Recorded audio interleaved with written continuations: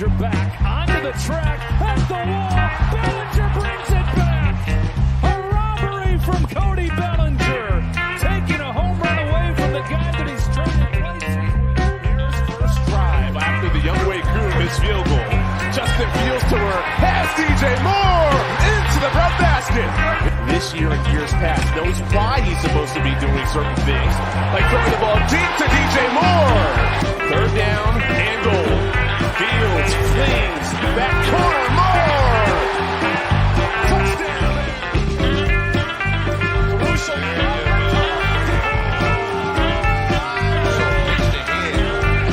So glad to see them doing it a lot. Wide. Now Bedard again.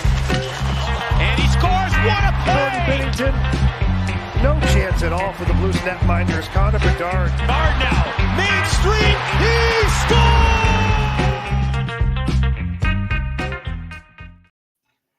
What it do, everybody? Welcome to another edition of Madhouse. Yes, sir. We is in the building. This is another Chicago sports podcast. I'm your boy, Leroy Pinky Pinkston, the Phenom. And we got my boy, BJ and CB in the building, and a special guest in addition to the show, my boy, Eric Rogers. Clap it up, brothers. Let's go. Welcome to the crew. Yes, sir. All right, Eric, go ahead quickly before we get cracking with the show. I know you had a little time with us on Wednesday, but go ahead and introduce yourself to the Thursday night crew of people. Hey, how y'all doing? Hey, thanks for having me. Glad to be here, y'all. I'm not in Chicago. I'm actually in Arizona right now, but I'm a huge Chicago Bears fan, Bulls fan. Been my whole life, grew up that way with my family. Just glad to be here and glad to get this show started and get to talking about some of the things we're going to talk about today. Yes, sir. As you know, most of you have seen at the show title, how can the Chicago Bears offend opposing defenses again? So we are going to get into that. But first, we are going to get into the celebration time of the show, and that is the departing of Lou Getzi. We're going to go around the table and talk about how we feel about that. And then quickly, who do we think is a good fit as a new OC for the Chicago Bears? We're gonna start off with. I want to hear you guys' take on that. Oh yeah, go ahead, CB. We're gonna start with you, man. How you feel about it? Don't let the door hit you on the way out, Getzy. Jesus Christ. I was happy about that. I have mixed emotions about Eberflus, but Getzy, I wanted him gone from the second. I never want a Packer coach on the Bears. It's just not right. But I think Roman for another OC coming in, or Byron Leftwich. I like what he did with Baker Mayfield, and then I also like Shane Walden from Seattle. All right. So how you feel about what are your thoughts, BJ?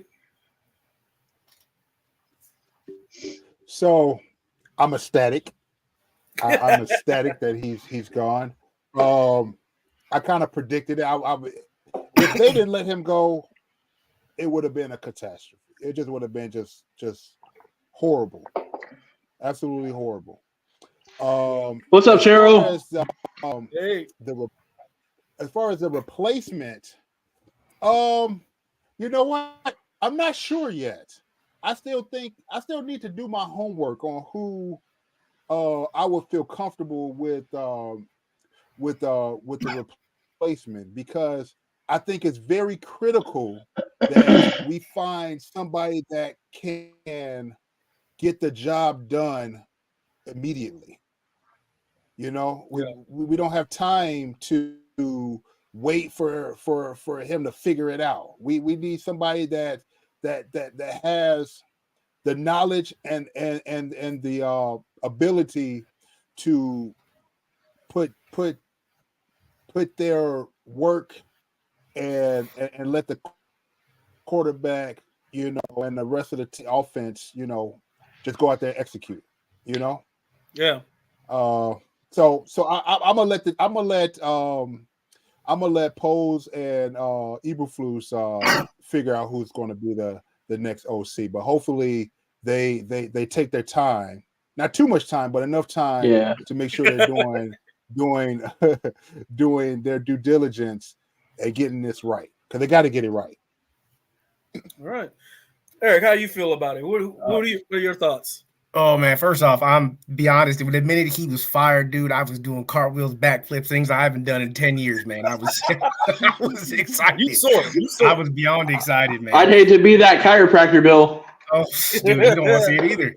But no, man. I mean, for me, it's I think I like the young man out of the Chargers. I think he's a very good. What he did with Justin Herbert right off the bat, I think is very good. I unfortunately for him, the team kind of fell apart on him because we didn't really get to see the year two because the Chargers went and blew everything away, and he didn't really have the what he was looking for. I also like Byron Leftwich. I do like Byron Leftwich. I do like his game style. I feel like he has a little bit of Andy Reid in him, the way he play calls, which everybody knows we want that. I mean, if we could just pick Andy Reid himself, that'd been great, right? Because great offensive mind, great things.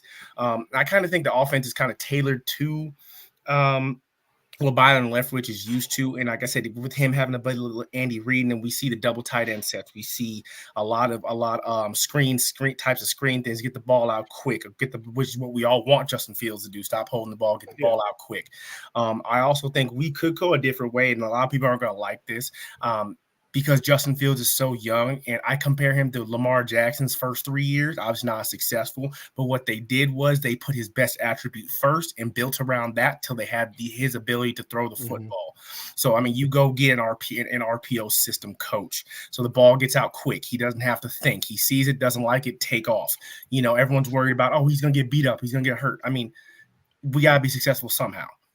His legs are his most successful tool. We can all agree that when he runs the ball, we do great things, So I'm kind of hoping that we go somewhere in that Byron Leftwich RPO system. But I do think the young man out of the Chargers is a good pick too, because I do like what he did with Justin Herbert off the bat.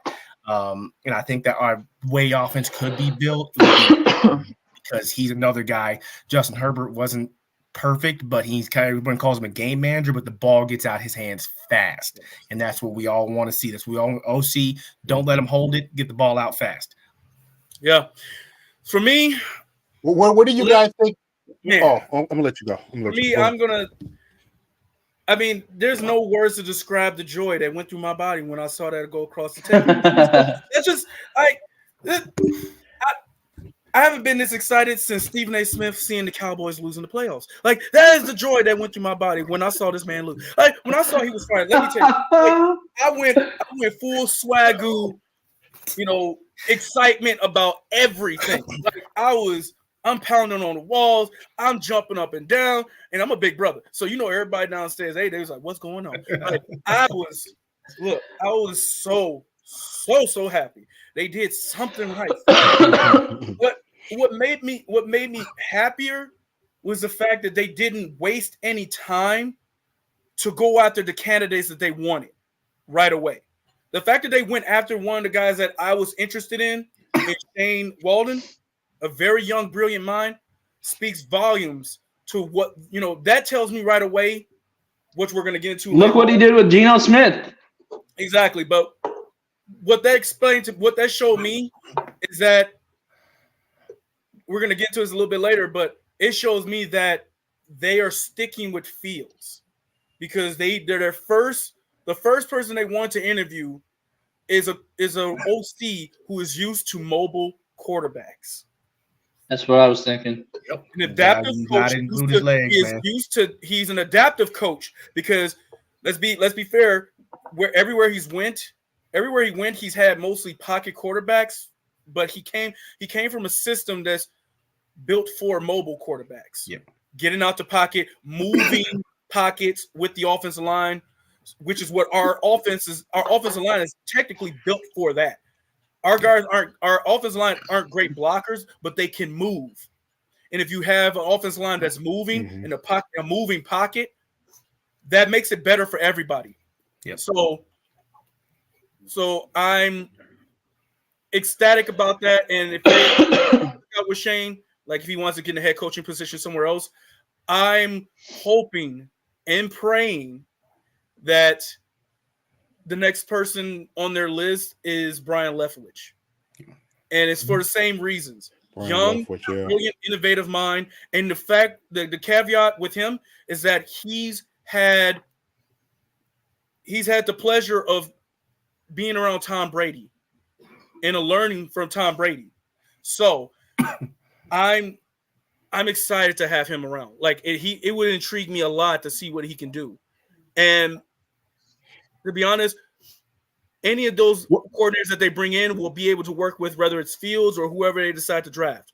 I prefer it be Fields, but we still don't know yet, really. But like I said, we're going to talk about that when we talk about the press conference and everything. So yeah. And you were saying, BJ, you had a question. Now, what do you guys think about the? Yeah. What do you guys think about the quarterback coach at Miami? I forget his name, but the quarterback coach at Miami. Yeah, I know. He's been around for a little bit.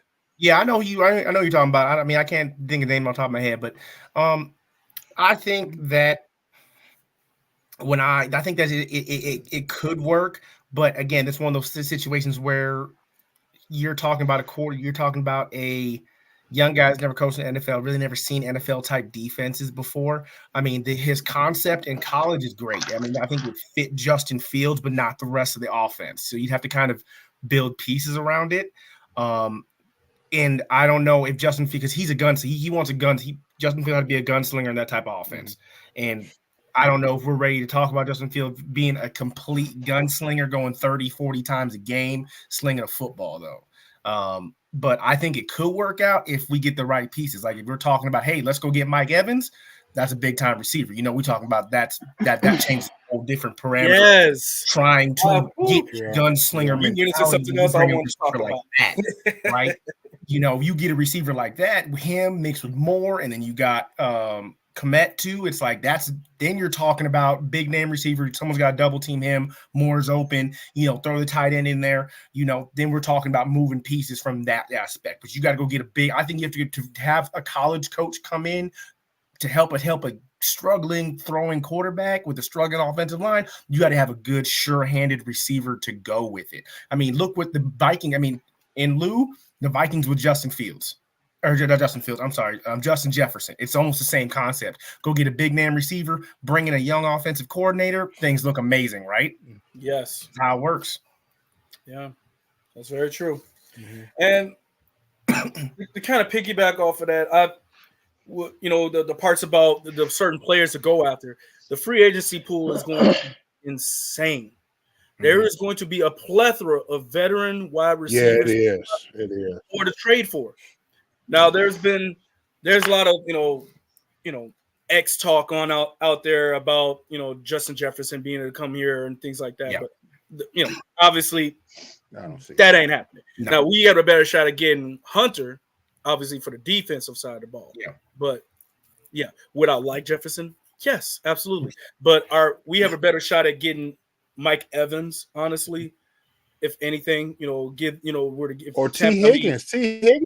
Free agent too, isn't he? Yeah, but the Bengals are willing. The Bengals have already stated they're willing to go. Give him money. Yeah, they're willing to go over the luxury thing to go over. Wow. What they have so they're going to pay 3 receivers. I mean, wouldn't you if you had a Joe Burrow? Yeah, if I had Joe Burrow, I'm paying 3 receivers. I mean, that makes sense. Yeah. Hey, Joe Burrow's some dimes, bro. I mean, I was gonna say, and they've been to the Super Bowl already. Yes, yeah. I'm paying them receivers. Let me tell you that one. And and just to piggyback off that, man, like I think at Miami, I hate to say I'm not talking shit about Miami. I just think that what they had a great quarterback coach, took a young quarterback that was doing terrible and turned him into something great. But to do that, you got to have a good offensive line too. So I mean, you're bringing in good pass blocking offensive line, and we don't exactly have that right now. So I mean, you'd be kind of dipping. You could probably get away with it if, like I said, you get another good tight end and another good receiver and just be sure-handed about it and get away with it, balls out quick, short. But Mike Evans, if that ball's under 10 yards and it touches his hands, he's catching it. Like, it's not. Exactly. It don't even matter. So, we short route, dump it off, and then you're talking about the type of play style we're trying to – is it going to fit everybody else, And I think it's a great pick, but I don't know if we have the money to build with the players you need for that type of system to be a gunslinger mentality type offense yet. I mean, I trust me. Don't move. I mean, we all see Joe Burrow. Like, I'm 100%. If we was running it like that, and we had Chase and them fools, do it. Sign him up. He's a gun. Do it. Let's do it. But we don't know what the free agency is gonna look like over the draft. So it's hard to. Yeah, or we don't know what the offense is gonna look like. Young college coach like that. I do have I have a feeling that this offense is going to evolve to what Justin Fields looked like when he was at Ohio State. Yeah. The only caveat that's going to be added is his running ability. So they're going to take bits. Whoever runs his offense is going to be stealing plays from the Ravens. He's going to have RPO schemes built in like what the Ravens have, but it's going to be built like what he had at Ohio State as far as the passing game side of the offense. Yep. So because I feel that Fields has the potential to be that elite pocket passer that everyone wants him to be, but we didn't necessarily have the weapons, or it's not the type of pocket quarterback that Getsy was thinking of. Mm-hmm. So this offense, whoever's coming in is most likely going to be bringing in a lot of slant routes and deep over routes and things like that. So we're going to see the Fields that we saw in college. Yep. Which is what's going to scare a lot of people. It's going to scare a lot of people. We need to get a center. We have to get a center. Yes, I understand it. The offense, but we have to at some point to get that fixed. We have to get a center. So I'm trusted in polls. Like in polls, we trust. Like if I had an emblem, a giant presidential coin thing behind me or something, it'd have his face on it right now. In polls, we trust. Side view it out. You know what I'm saying? Holding the Bears flag like the American flag draped over him. Yeah. I believe in him. I trust what he's gonna do. And like I said, whether he keeps Fields, the holy Ditka, trusting his process. Now I've gotten to the point where I trust this man's process. I do too. I feel like he's going for the long ball. He's taking the long ball approach. He's not trying to get that quick fix, get us in the playoffs, and then we're screwed like we were with Ryan Pace. Because then the bottom fell out with all these guys aging out, and you didn't have a plan for when those guys aged out. At least with polls, we can see that we are built young. There's longevity involved. So there's like a 6-7 year grace period, there's like a year or two where the offense can be picking up for the defense when the defense is starting to age. So we'll be more of an offensive team until we can get the defense picked up in the years to come. Right now, it's defense right now. Our defense is picked up first. So now we got to the defense has to nurture the offense until it evolves into what it's supposed to be.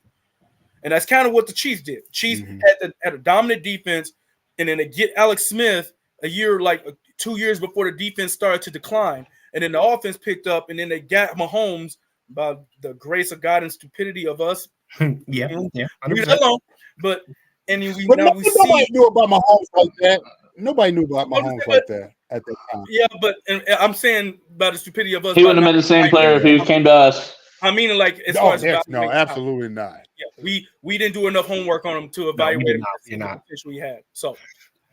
Well, like I was gonna say, Poles said he was gonna build in the draft, and he said it was gonna take a couple years. So yeah, and we're only in year 2. So exactly, he's done a fantastic job. So exactly, and I mean the way I see a lot of people are gonna hate this comparison because the Jags fell out. He's out here playing chess. It's kind of like the Jags situation, man. Remember they were trashed 3 years ago, and they had to, exactly like that.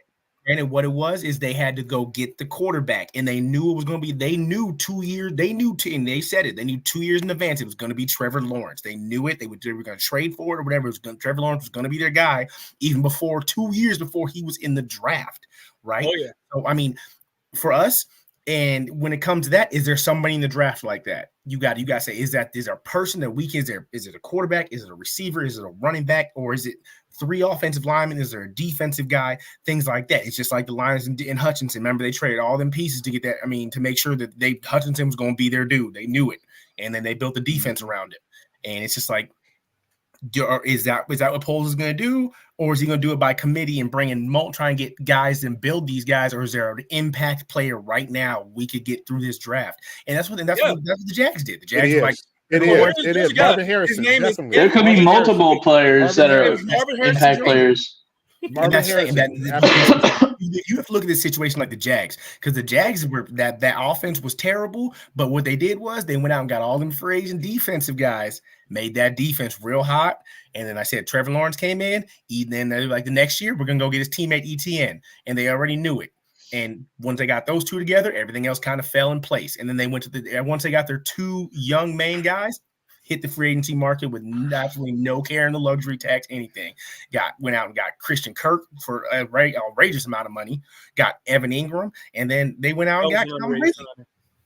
I mean, that was an underrated signing right there. Yeah, I mean, it's just like you got. I mean, that's how people have to look at it. People want to, we got to win right now. We got to win 12 games right now. I'm like, no, it's not. I mean, that if we do, great, but I mean, you're asking us to spend a whole lot of money on a lot of old guys that aren't going to last more than 2 years if we want to do that, and that's not what we want to do. I'm hoping we keep Justin too, Debbie. I hope we keep Justin, man. I agree with that, Debbie. Yes, sir. Yeah.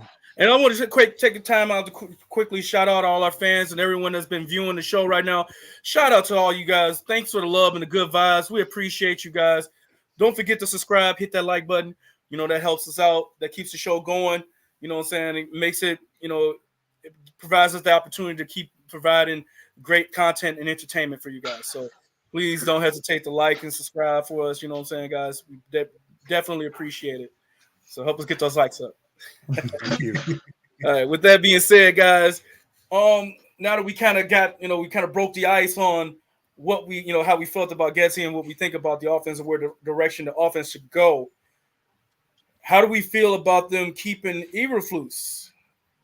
Like me, I'm probably the odd man out here. I'm okay with it. I'm ecstatic we kept him because of the history that we've had in the past of recycling coaches, leaving the quarterback as a lame duck, and then we got this coach who don't want the quarterback for whatever reason it may be, and then ruin the quarterback even more. And then we got a head coach who messed it up for himself by not trying to help the quarterback that he had and gets the quarterback he says he wants, but then doesn't have the coordinators and the rest of the staff and yada, yada, yada. I'm happy to have continuity with the general manager, head coach for once. Yes.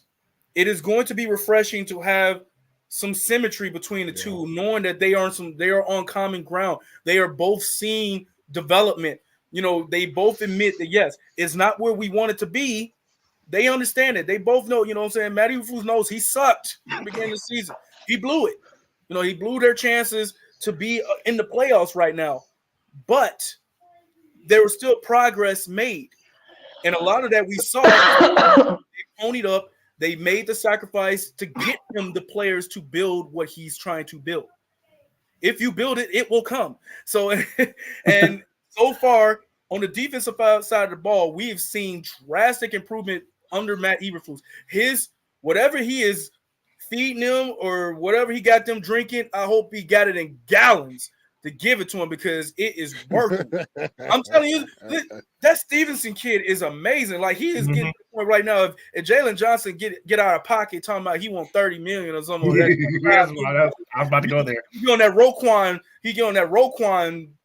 Spiel, bro. You can. Hey, we got Terrell Smith. We can pick up another corner and safety in the draft this year. I mean, I'm talking about some hard hitting, fast safeties that were guaranteed day one starters. Like Rod Moore. Good day. We got plenty of them. We can find a plethora of them. They even talked about how they want to be deep in that position too. So they're going to continue to draft in that position. Jalen Johnson better act right. So, Ryan Poles is like he ain't going nowhere, but you better act right. That's 100%. My take. How you doing? How we doing? Hey, my take on Eberflus is, I agree with you. The connection those two have is great. I like he made it. I made the decision quick because everybody was sitting there waiting and we're going to play the long game. We get a head coach a month before the draft and not know what the hell we're going to expect. I'm happy he did it fast, and I think that's the best thing. And I think it's good for the players too. A lot of them players were coming out of pocket or might be out of pocket like that when they don't know what's going to happen. And now there's continuity. Players know the same head coach is coming back.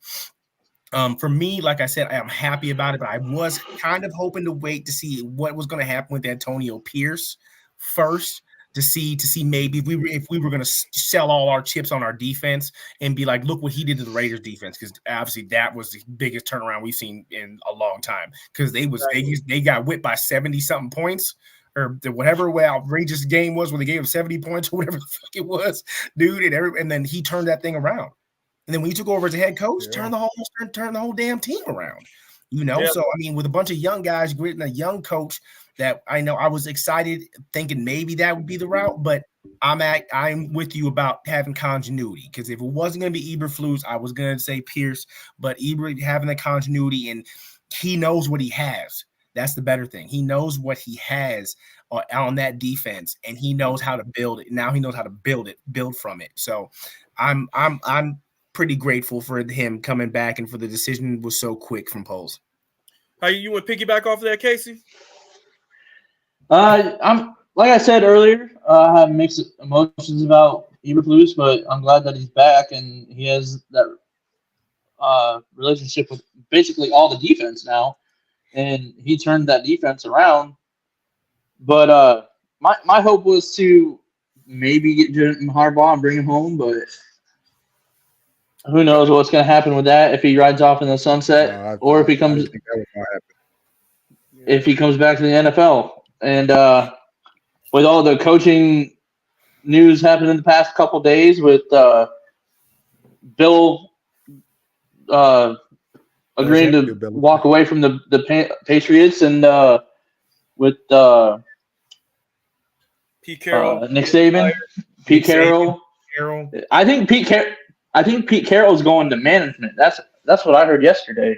Yeah, but he was essentially fired, though. He was going to the office. They want to bring him on as an advisor. Yeah, but he's actually out. He's officially been fired, though. Yep, so he was.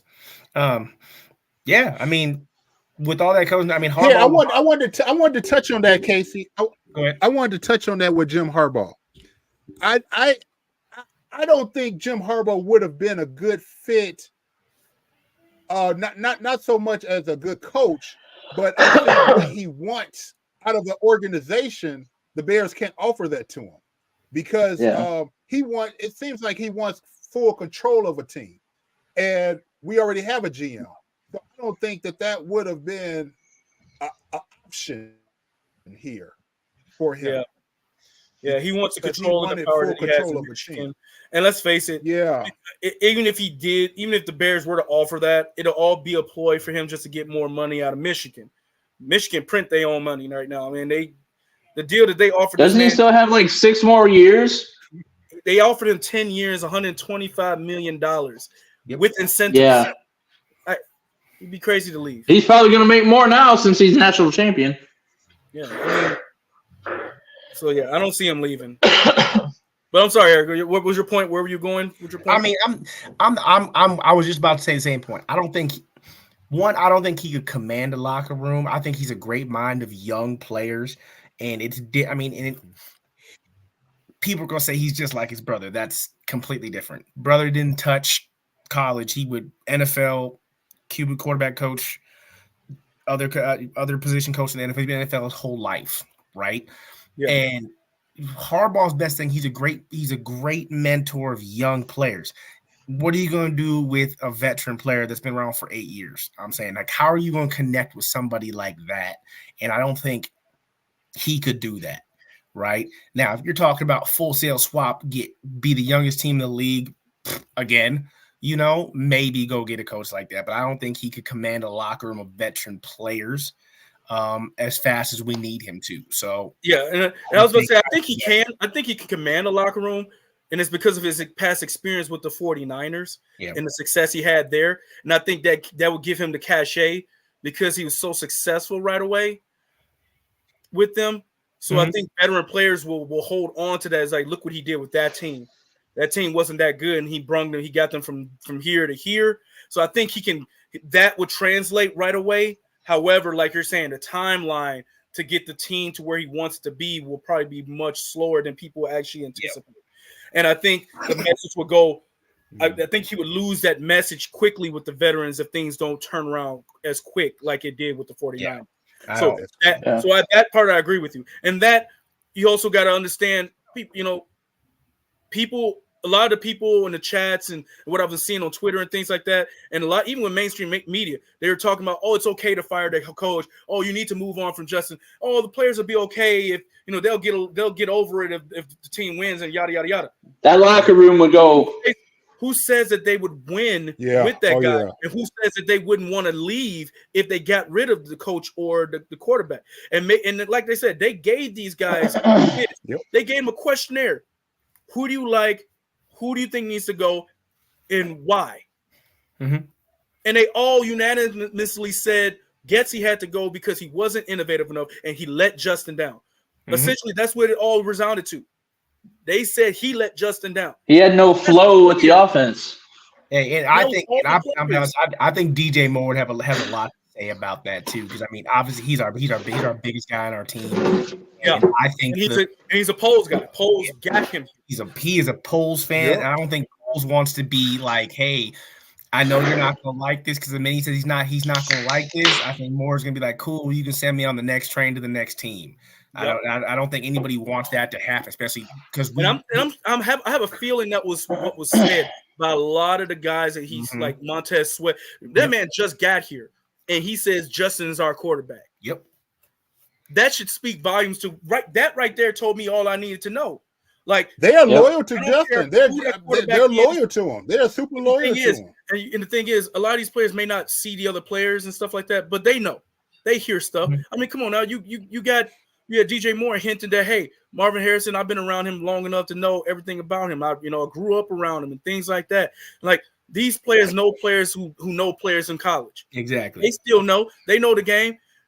You don't think that they've talked to a couple of their buddies and stuff like that that go to USC or got friends who got players who go to USC and talk to some of these coaches that know? I mean, think about it.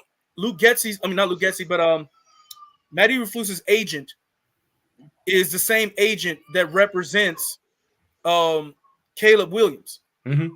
Same agent.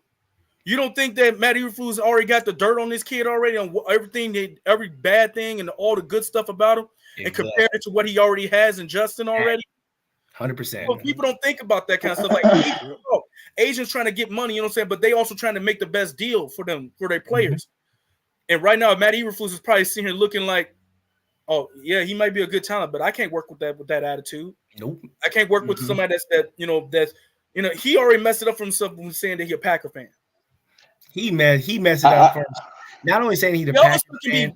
The other stuff, that's just a young kid being a young kid. Yeah. But him, that right there in the media, in the fan hierarchy right there, when you mention that you was a Packer fan like that, get away. Oh no, that's a red flag. That's a done deal. That's a done deal.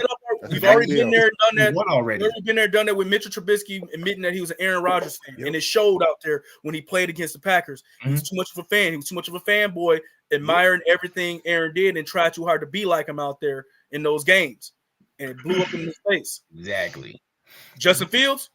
Oh, no. No. He feels like the Packers are Michigan to him. He allergic to that team, and he is furious. You can see it in his face and his body language in the game, looking at the coach, the players looking at the coach like, what are you doing? What are we doing? And just like that one video where he was talking to the OC or whatever, he said somebody went to the wrong team, and he's like, what team was that? And he said the Packers. No, he said that that was when he first got drafted. That was when he first got drafted. Josh Myers, the center for the Packers. Yep. And that's what I'm saying. I think that was when he I think first got Caleb Williams drafted messed it up for in himself training camp. when he, especially because Poles and Eberflus, like I said, he got the dirt, man. Especially when this kid talked about, where he wanted to go and where he would, I'll come back. So I don't got to go to the Bears or go to the Giants or whatever. Like whoever it was, like when you as a player, as a college player, saying I'm gonna dip on the draft so I don't have to be drafted by a certain team, even if it wasn't us, you're like, why would I want that kid? And then talking about like he number one already, he ain't got to go to the combine. You ain't that good, or else you wouldn't have had to transfer. Like first, that's the first thing you wouldn't have had. If you were that good, you wouldn't have had to transfer. Well, and look, it's a lot of players that skip out on the combine. But I get what he's saying. Though. I get what he's saying. I understand. I understand. He is definitely not at the level he is not at the Trevor Lawrence level or Andrew Luck level where they didn't have to even step on the field in Indy to know that they were going to be. The media is making it seem like the media is making it seem that way though. Like he's not listening to the media. That's his problem. He listened to the media. Problem. He's listening to the media. Trevor Lawrence and Andrew Luck, they had something about them. Like it's a different thing where you're sitting here touting yourself, but it's a whole nother thing from all the way back in high school that it was talking about Andrew Luck, Justin Fields, and Trevor Lawrence. That's the difference. Everybody was saying they was great before they even stepped on a college football field. Mm-hmm. You weren't hearing that about Caleb Williams? Nope. You heard that he was a great arm talent, but he was more mouth than talent when he got to Oklahoma. And then he showed up and played well and through the adversity or whatever, but then he still transferred because he knew he couldn't beat this kid out. He only got on the field because the other guy that was ahead of him kept getting hurt. And then look what Oklahoma did when he left. That he had him and got hurt. Yeah. Look, Oklahoma did when he left. I guarantee if he was there, Oklahoma wouldn't got anywhere near what they did this year. Not even. Nothing. Exactly. And I believe you. Crazy. So yeah. My thing is, if as far as this draft is concerned, as long as Marvin Harrison Jr. is the guy we get, I'm okay. I don't care about any other position we get because it'll all be gravy to me after that. Yep. Get the right OC, get the right quarterback coach, tight ends, wide receiver coaches, whoever you need to get. Make sure it's an all-star cast. Get guys who have experience making quick turnarounds. Yep. That's what we need. That's what we need to look for. Find guys who are great at their craft. Blank checks. Have them ready. Seriously. Have the blank checks. We got the money. Yeah, we got the money. And I know we ain't been cheap because we just gave a dude $100 million for 4 years. Exactly. We just had to do for over $100 million. Are you talking about Sweat? Sweat? Yeah, he just earned a couple more. He just earned like another couple $1 million incentives because he led 2 teams in sacks. So now he got an extra bag for that. Exactly. This man getting paid from Washington because he led the team in sacks still, and he got traded to another team. You know how salty you got to be from the Commanders that you got a second round pick, but you still have to pay this man. Exactly. That's so well. That's a steal right there. That's why Poles is the man he is. I know this man at Christmas time was so happy. He was so happy during Christmas time, New Year's and Christmas Eve, New Year's. He had the biggest smile on this man's face. I know he had the biggest smile on his face. He had a lot of presents this year. I know even after that Packers loss, I know he was still happy in that locker room. He walked in and saw that check. He's like, "Oh, it was a good day anyway." Exactly. He couldn't do wrong. Like that is crazy. But yeah, I honestly feel that we need to trade down number 2 or 3, get Marvin Harrison, and the rest will be Ryan Poles' goal. It's gonna be the kid in the candy store. He's gonna be doing this the whole time. Yeah. Who else I'm about to fleece tonight? Like it's gonna happen. Like the rest of the league, the rest of the GMs just gotta figure out they just gotta do rock, paper, scissors, who finna get fleeced. That's what needs to be done. As far as the draft goes for me, man, like I said, I think technically we got 2 ways to go with this. The first one is if Marvin Harrison is, you got to take him. Like that's just, there's no ifs, ands, or buts. Take the kid. You see him. He is as close to Justin Jefferson in the next 5 years as we're going to get, as anybody's going to get. Exactly. That was exactly who I was going to say. It was the same boat with Justin Jefferson. Everyone's like, "Oh man, go and get I forgot who the quarterback was that drafted ahead of him." And I was like, no. Get the wide receiver that looks like Jerry Rice out there. Go get him. That'd have been smart. That's how we need to look at Marvin Harrison. I think we'd be stupid not to get him. Yep. And I think number 2 thing we could man. And a lot of people gonna hate this. Is if we get an OC that's a huge running OC, I think you trade that pick to the Giants and try and bring Shaquan in. Well, Saquon's a free agent. Well, here's the thing. But here's what I'm saying. You gotta bring in an offensive line for Shaq for him to come. He's not gonna come here with the offensive line. I promise you. I guarantee it. So you gotta trade to the Giants or trade to whoever's got good young offensive linemen that we can get money or compensation or something. That pay if you're gonna go pick up Shaquan, but you got to be certain we can get Shaquan in this area. I mean, there's a lot of offensive linemen we could trade for. There's a lot of offensive linemen we could easily trade for and still get draft compensation within the top 15 picks. I'm assuming Shaquan's going to sign back with the Giants. I'm just saying that. That's why I said trade for him, because they're going to make that choice whether to keep him or not keep him. I'm assuming they're going to keep him just because he already said he wasn't signing the franchise tag. I know he wasn't going to sign the franchise because he wanted more money, which if I'm Shaquan, I want more money too. Do you see the beating he takes? Like, I want more money. You can go franchise tag me. Fuck that. That's crazy. He's an offensive coordinator that specializes in RPOs. All right. But it wouldn't even make sense for them to franchise them because they're not going anywhere. Yeah. Nope. Well, so that's why he wants more money. Yeah. So a quarterback, so an OC that I know that specializes in RPOs was what one of our fans suggested as a question. So Greg Roman would be the one, but he's retired. So we'd have to find a way to get him out of retirement. Number 2 would be Brian Greasy, the quarterback's coach with the 49ers. So he's a candidate as well.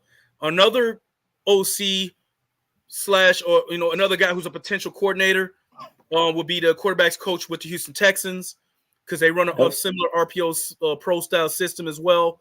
Brian Leftwich, because they do a lot of RPOs as well. Unfortunately, with them, it's more play action now because the last 2 quarterbacks they had aren't mobile. When they had Jameis Winston, they did a lot of RPO kind of things, but Jameis Winston didn't run a lot. He just didn't run as much, so it was very limited RPO. But they had that to their availability. At least Brian Leftwich does. So he's a coordinator. The Dolphins as well. They have RPO / a lot of play action similarities with the I think he's the you're talking he's the offensive coordinator. He's with the Seahawks as well when they won the Super Bowl. Brian Dable. No, not Brian Dable. I know exactly. I know what you're talking about. I know who you're talking about. Bevel. Yes, Bevel. He's the coordinator there. So he would be another one. Shane Walden. Yeah, and Shane Walden. So, but those are the guys right there. So if those guys aren't the ones being interviewed at all, that would also tell me the fact that Shane Walden's the first guy that they're interviewing tells me that that's what they're looking for, an RPO style quarterback. A quarterback, they're looking for an OC that can build an offense around Justin Fields. Yep. What he likes. That's what that tells me. Because you don't go after Shane Walden if you're getting Caleb Williams.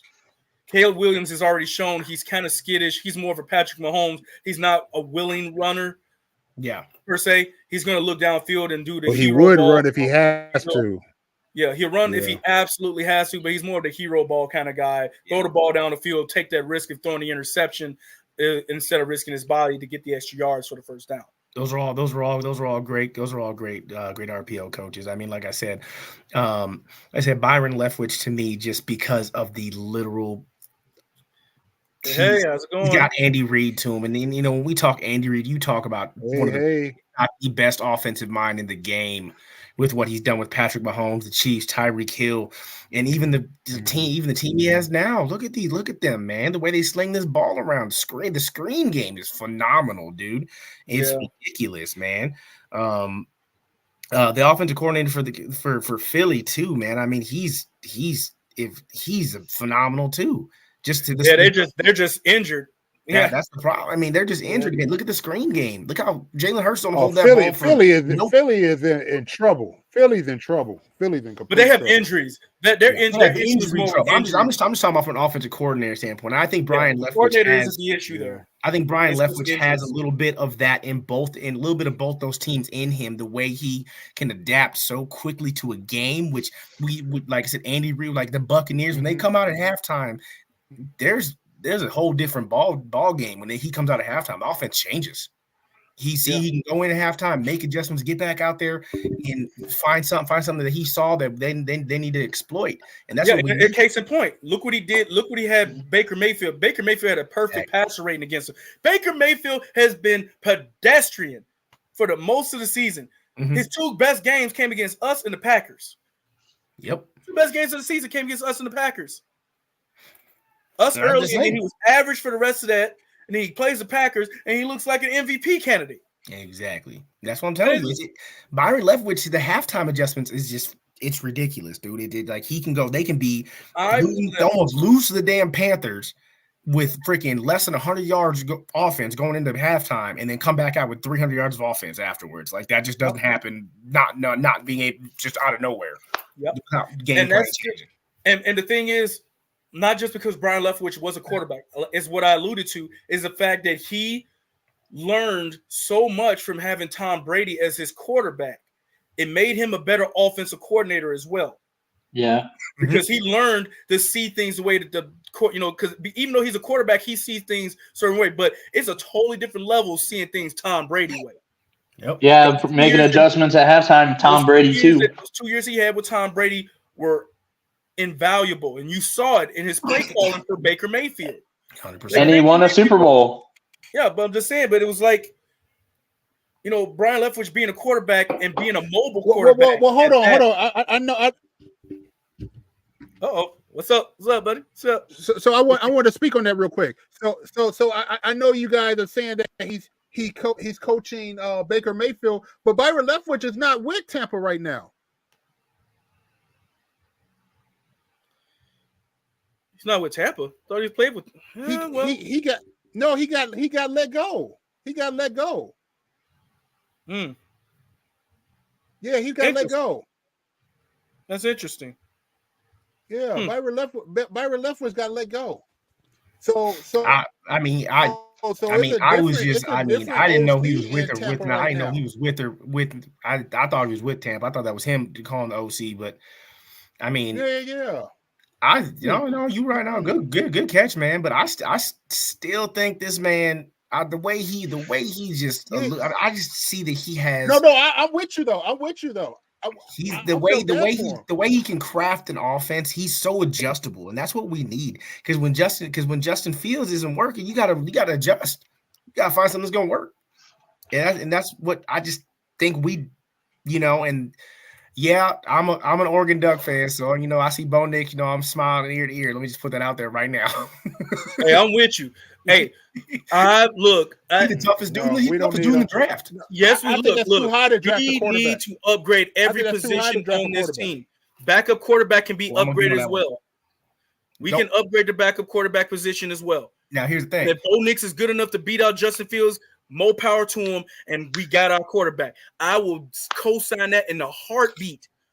In a heartbeat. Have you seen how efficient this young man is? He was literally a bad defense away from being in there instead of Washington. Right. Like, he didn't lose that game. All 3 times they lost, it was the defense. That man tore Washington apart. Man. He did exactly what Michigan did, but with his arm and not his legs. Exactly. Bo Nix has been a fighter ever since he came out. Ever since he been a dog ever since he came to Auburn. Exactly. Beating up on Alabama, I love Georgia. That the kid is a beast. I think he's the most underrated quarterback coming out of this draft. He has the body build like Justin Fields, just a couple inches shorter, but he's got the girth. He's got speed. He may not be as fast, but he's got Andrew Luck kind of speed. Andrew Luck was he'll run somebody fast. over. Yeah, Andrew Luck was deceptively fast for his size. So I love Bo Nix. Me too. I think it's very intriguing dark horse signing. If we can draft him like in the second or third round, if he happens to drop, I don't think he will. No. I don't think any team's going to be stupid enough to pass up on him in the first round if they need a quarterback, honestly. But if the Bears can find a way to get him as a high second round pick, I'm with that 100%. Yeah, you got to do it. Yep. Because if Justin happens to go down like he's shown in so far in his career, I don't want Tyson Bagent going back out there. No, sir. No. I want a guy who I know has an arm just as strong as Justin. So he's got a cannon, one arm. So here's my take on this, and this is in case in point. Okay, I think, and a lot of people are gonna hate this too. I think if we do get a quarterback, and everyone's like, "Why would we take a quarterback?" I think Justin Fields could be Taysom Hill, if I'm not mistaken. Look at the build. Taysom Hill's a little bigger than he is, but look at all his weapons. First of all, he could probably catch a damn football. Justin Fields ain't no punk. He'll throw a block, run somebody over. Okay, so if we do get a quarterback that happens to beat him out, everyone's like, "Well, we just wasted. Why are we keeping Justin? We paying him this money, blah blah blah." I'm telling you, you could turn him into Taysom Hill. There's no reason. But will his pride of wanting to be a franchise that's the thing, though. You have to give him a fair chance. Now, in case of Taysom Hill, they didn't really give him a chance, but he was like, "Dude, I'll do anything to play." That's just who he was. Now, I think Justin does love Chicago enough to do it, right? But then if he doesn't, you find out enough about him that I guarantee you still trade his ass to the Falcons. The Falcons give you everything you ever asked for out of him, regardless. So we do get Bo Nix, but I don't see Bo Nix beating him out. Honestly, I just don't. I don't see it. I don't see any quarterback we draft beating him out. Let's be real. But if it happens, I don't sell the chance of trying to give Justin Fields a chance someplace else. I mean, it's just not. It's just. So plethora of options. I think he can. Plethora of options. Doing the top list is the greatest we've ever seen. Love the beard, man. This sucks. I can't have one, so I shave mine. I feel naked. We appreciate the love in the comments. We appreciate it. Definitely appreciate it, everybody out there. Thank you. Go ahead, brother. Oh yeah, we got the jokes today. I gotta wear one of these every day, so I can't have a beard. Man, you see, I don't want your job. I don't want your job. I can't wear nothing on my face. Hey, you know what I'm saying? You would if it. You would if it was the money factor. I mean, I would. I would if I could write a check to the Bears and say, "Take Bo Nix." Yeah, I'd do it. Yeah, that sounds like he's going to the Falcons. Then don't you stop that shit. Hey, I wouldn't be surprised though. He's a very intriguing player. I would not be surprised if he winds up going to the Falcons at 8. Yeah, just being completely honest. I think he has the stuff that what they're looking for. He can command the offense. The offense will. It doesn't matter who they bring in, what type of offense you put around him. He will adapt to it because he had a totally different offense in Auburn, and then he goes over there and he absorbs that offense less than a week and beats out the other quarterbacks and made them transfer. Oh yes, I'm over here doing it again, guys. I'm over here abusing the lamp over here again. Hey, the Bears didn't lose this time. You don't have to throw stuff. I think New England. I think New England's a good pick for Bo too, man. I just think for us in the draft. Yeah. My thing is, if New England gets a quarterback, they're gonna go Drake May. Yeah, that's also a good pick. I think Drake May is a better prospect than Bo Nix. Unfortunately, you know what I'm saying, and it's just because it's not so much that he's shown it in college because of the college he went to, but the bloodline, that family bloodline, he gives me. No. He gives me the Clay Matthews of quarterback vibes. Yeah, 100%. He's just got the natural name, the name recognition alone, because his family played in the NFL. Yeah, shows. the build, the speed, the arm, all that talent just oozes out of that kid. Drake. I just think in the draft for us, like I was going back and saying, I think Marvin Harrison is the clear go-to. But if you're thinking about trading, you got to see what they do with Shaq Vaughn first. I think if the Giants do re-sign him before the draft, you still try and trade for him. If not, then I don't know who else we trade to, really. I mean, who do we trade to? I mean, you can't really trade that pick away. So you got to think, who else are we going to take other than Marvin Harrison? I mean, that's the only player I think we would trade the. I mean, we could trade down a couple of spots. I honestly feel we could trade down a couple of spots. The Washington Commanders will be the team that trades. I think we can.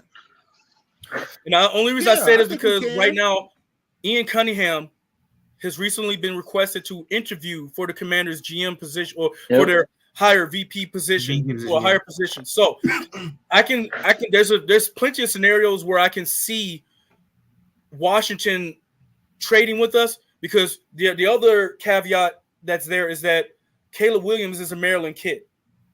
What better fit to have him come home and stay home and represent the franchise of your hometown? Yeah. So there's that angle as well for Caleb Williams, and I think that would be more attractive to Caleb Williams. He gets to come home and gets to stay home. Family, he has the support that he needs in that whole area, because the whole area of Maryland loves him. So he has the love of that area out there in Washington. His jersey will sell like hotcakes, so he's got the marketing situation. He screams Magic Johnson type of charisma with Magic Johnson being the one that's running the team, being a part owner. Everything screams the Commanders for me in that situation. 100%. I mean, that's I think that's why I feel strongly that it didn't matter where Washington was, where they were. They would be the team that's going to give us the most to trade that number one pick. They are going to give us. They're going to offer us so much. Probably even our own. They're going to most likely give us our own number 2 back, 3 number 1s, and a player more than likely. And probably like a 2, a 4 this round. So we're probably going to get their first rounder and maybe another first. I think they have 2 first rounders this year. I don't know. Do they have a center? No, they don't. No. Damn. But my thing is that I feel that what they'll center of the draft, though, we could get in the center of the draft. Yeah. Or what they can do, what I have a feeling that they'll do, because they'll be going after Caleb Williams, is that they'll give us Sam Howell. That's true. I mean, and that's I still think he's a good backup. I think Sam Howell's a good backup. I think you're right with Washington trying. That's a good trade partner. I don't think there's things they can give us that would make us happy. Honestly, I mean, the only thing you could do is look for a team that's gonna give us a wide receiver that of some type of notable worth. And I mean, who in that top 10 is of notable worth, has notable worth wide receiver they're willing to give up. There's not one. I can't name one. I can't name a team. They got Scary Terry. They got Terry McLaurin, but I don't see them giving him up. Yeah. They're gonna want Caleb Williams to have some kind of quarterback. You got to have a receiver that's there. You know what I'm saying? So I think they're not gonna give us a receiver when they know we're trading from drafting. And that's my case. That's what happened to the Panthers. That's what happened to Carolina. Yeah. That's how we finesse them fools. We finesse them fools just like that. Here, we'll take your wide receiver, give you a quarterback. You ain't got no wide receiver left. Dummies. Yeah, and that's the thing. That's why I generally think that unless this pick's gonna come back with something of notable worth, man. I don't know if he passed on Marvin Harrison. Like I said, to me, he's the Justin Jefferson of this next era, dude. I think he is. Honestly, I'm getting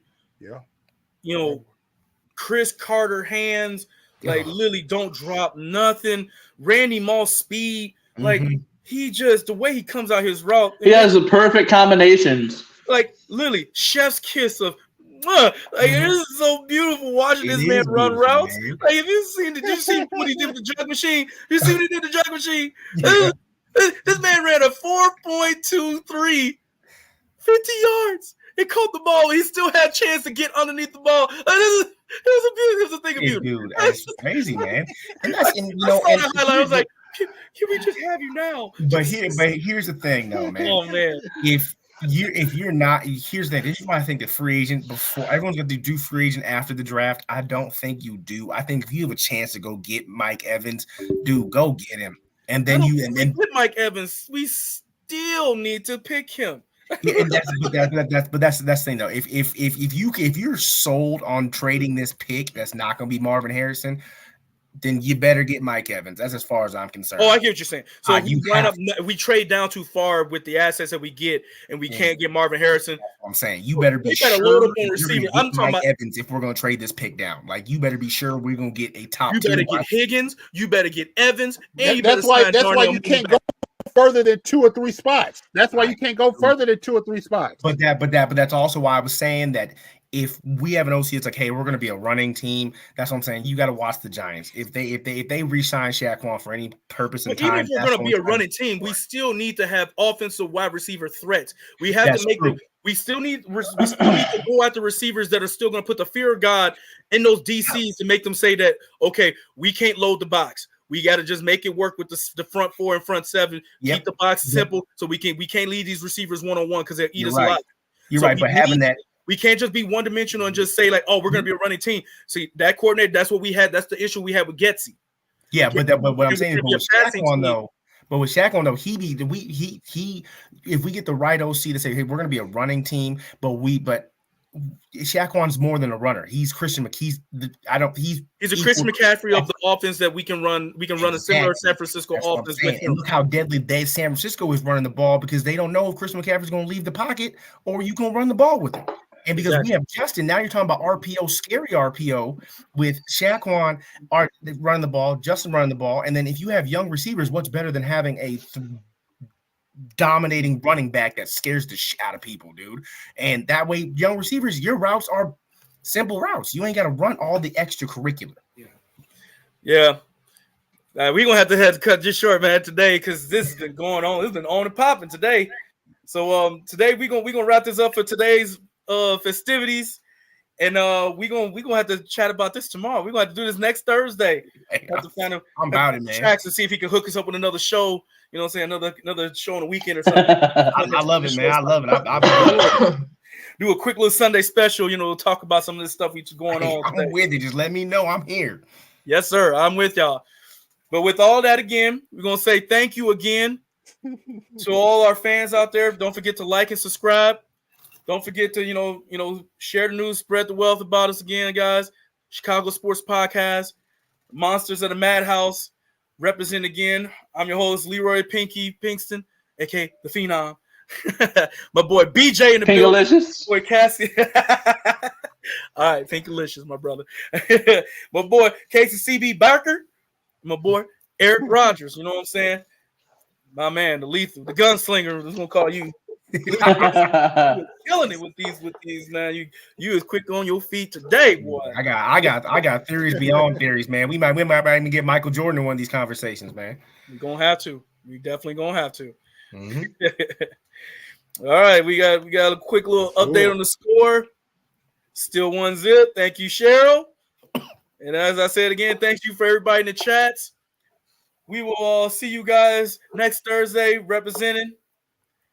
And we appreciate you. Thank you. We enjoy doing the show. Yes, all the time. Thank you so much for watching. Thank you all for tuning in, and thank you for all the love and the likes.